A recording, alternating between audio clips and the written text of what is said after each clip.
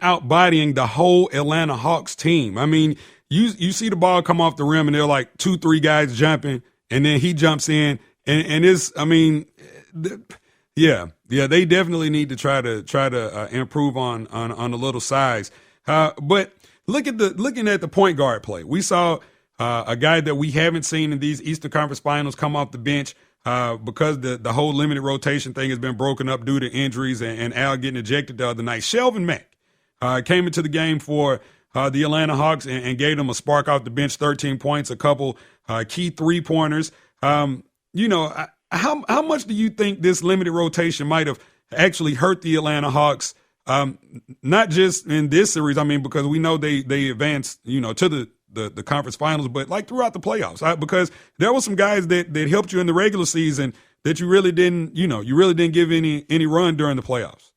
Yeah, absolutely. I mean, it's definitely hurt. I mean, you're missing Thado Cephalosha, and that's a huge piece. That's definitely a huge defensive piece right there. Mm-hmm. You've got Millsap's been hindered by a sore shoulder. You got Damari Carroll working on a bad knee. You got a lot of injuries piling up at the wrong time of year. The rotation's been limited. You're not going to normally see Shelvin Mack get those type of minutes. And yeah, he was a nice spark off the bench, but he's a role player. That's what he is. You're not going to be able to count on that game after game. And if the Hawks have to, they're going to be in trouble. And that's where they find themselves now.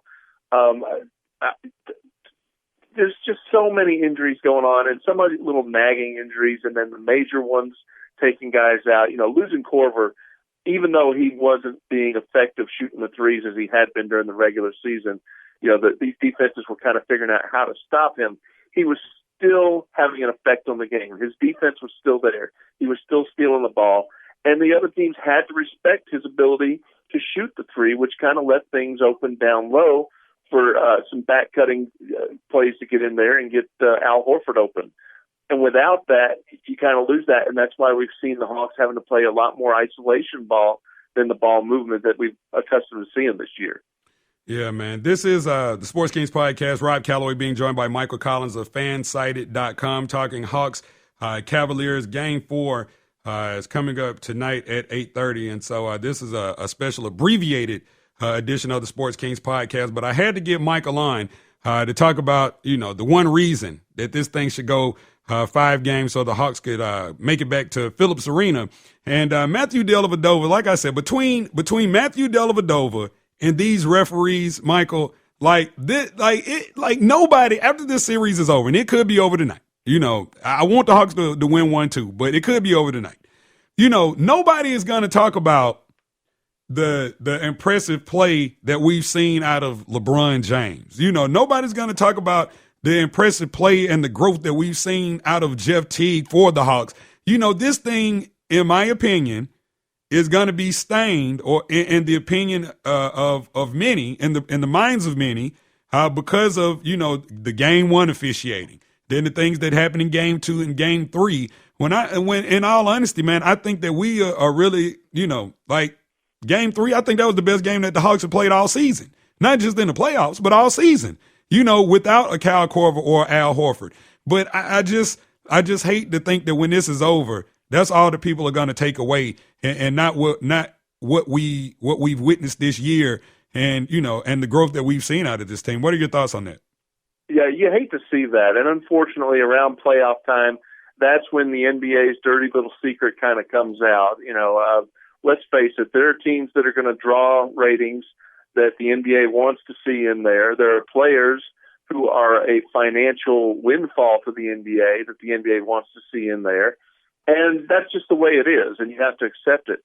There has been questionable officiating up and down the playoffs on both sides in the Western and Eastern Conference this year, not just in this Hawks-Cavaliers series. And unfortunately, during the playoffs, when those bad calls, missed calls, whatever they may be, become so much more obvious and so much more enunciated because of the audience that they have, it kind of, like you said, it takes away from some special performances that we're seeing. Regardless of what happened in Game 3, and it was a very gusty performance by the Hawks, LeBron James had a heck of a game. He had a record-setting game, and nobody's talking about that. Nobody's talking about the fact that LeBron James put, 47, 48 minutes in that game? Yep. And he was just physically exhausted by the end of it, but yet he carried that team on his shoulders after starting off the game 0 for 10, 0 for 11, I think it was. So nobody talks about that because of some of the poor officiating that's gone on. And that, I think that's a shame, and I think it's something that the NBA has got to fix. I'm not a conspiracy theorist. I'm not saying that anything is fixed. I'm just saying that certain teams, certain players get the calls and get the breaks around playoff time. Oh, no doubt about that. We've all witnessed that, if you will. Now let's really quick, because I do want to talk to you about the Western Conference before I let you go. The conversation today within the national media. There were some that have started the argument over the past few days about LeBron James, now comparing him to Michael Jordan. That's always the thing, when you put up great numbers or you headed back to the finals or whatnot, they always want to talk about Michael Jordan and, you got the Kobe comparison and whatnot. But LeBron James, I read an article today where Pat Riley said that during his time in Miami, he called LeBron the GOAT. The best of all times, because of course, you have the GOAT, the greatest of all times, you have that, I guess, reserved for Mike, I guess. But in your opinion, what are we witnessing right now out of LeBron James? And would you consider him to be in that echelon where you could start talking about the BOAT or the GOAT? Yeah, I think that LeBron is definitely right up there, will be as one of the greatest players to ever play the game. I'm a strong proponent, not just in basketball, but in any sport, that there is no greatest of all time at any position in any sport, just because of all the changes that the sport goes through and rules and the physical conditioning of the players, in the way the game is played. Everything changes from generation to generation, and it's so tough to make a comparison. If you want to compare Michael Jordan and LeBron James, you're talking about two completely different types of athletes that play completely different types of game. But to me, you want to put Michael on top for one reason and one reason only: never lost an NBA Finals. That's something that LeBron can never say, and Michael Jordan can always say. But is that really fair? That's what I've always, because I know that, I grew up in the Magic Johnson, Larry Bird, Isaiah, Dominique, Michael Jordan, Clyde Drexler. I grew up in that era. Right. And that was an era of great basketball. And, I always talk about how back then every team had a star. It didn't matter what market you were in. Every team at least had a star. But is it really fair to say that, to give Jordan that nod because he never lost in the finals? And because absolutely. Absolutely. Okay. I mean, because you think about it, Rob, you think about, that's when the pressure's on the most, and that's when a team depends on a guy like Michael Jordan or LeBron James or Larry Bird more than any other time during the year, because then you're in a win-or-go-home situation eventually. At some point in the playoffs, you're going to be in an elimination game. And Jordan always rose to the chop. Right. He always brought the challenge to him and said, I'm not going to lose this, not on my watch. And how many game-winning shots did he put away in the playoffs? How many hearts did he break? It's endless, And LeBron kind of, his first few trips to the NBA Finals, people questioned his heart, people questioned his ability to be that go-to guy, whether he wanted to have that final shot, and then he finally broke through in Miami after a couple of seasons. But you never saw that with Jordan. He was always there. He was always stepping up, saying, "Give me the ball." Yeah, I mean, and from that perspective, I can't agree with you more. But is it, for me, it's just one of those things because I know that there are a list of great NBA players that never got a chance to compete for a championship because of Michael Jordan. So I mean, like I said, I agree with you, but I just and to go a step further, I agree with you more about the greatest player, because there are so many, because you have some older people that have, I've heard, feel that our age group kind of slights a guy like a Bill Russell, who won 11 championships? Yeah, exactly. And so, it gets to a thing where I think it's like a generational thing, because now we have kids that go out, spend $150 on Jordans, never saw Jordan play. But they've seen LeBron, and like LeBron is that guy for this era. And so, we'll see how it all, shapes out at the end of the day. But I definitely think that LeBron is, he's one of those transcendent generational players, man. Like, I don't think we'll see another LeBron.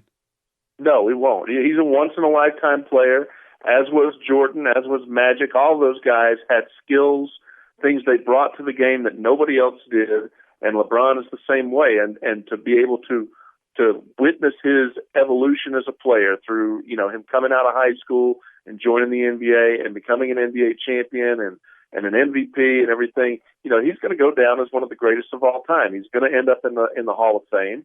That's a given. How many rings is he going to win? He may end up winning more than Jordan. Who knows?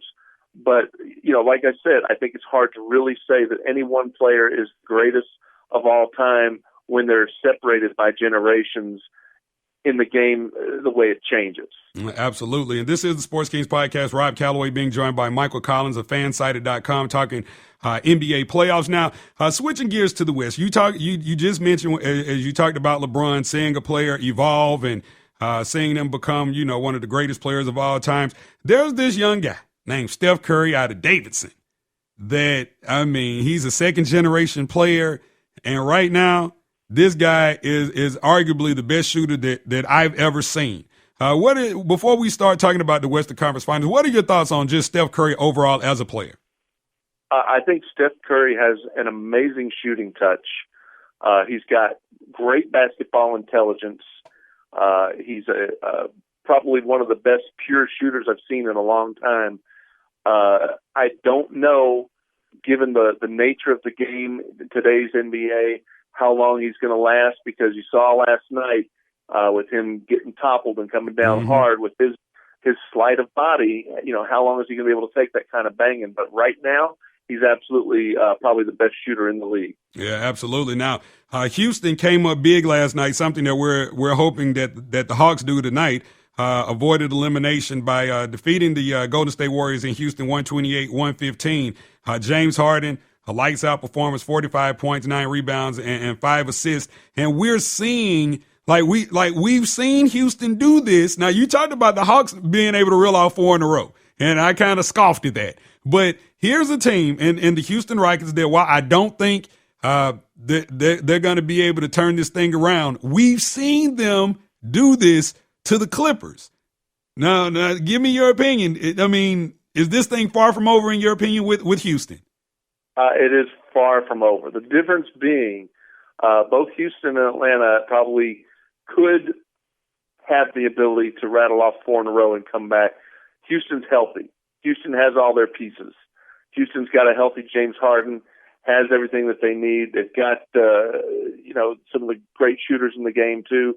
They play a hard-nosed defense. They're the one team that could probably give Golden State the most problems outside of Cleveland right now. Atlanta and Golden State, as we've seen in the regular season, that's just a shootout. Let's just see who can hit the number 3 the most. But, I think Houston can do it. Will they is a different story. If Steph Curry's on fire, if he's healthy, and things go the way they did in the first 3 games, it's going to be tough for Houston. But I think that they definitely have the pieces in place that they could do the unthinkable and win 4 in a row and come out of that series in the West.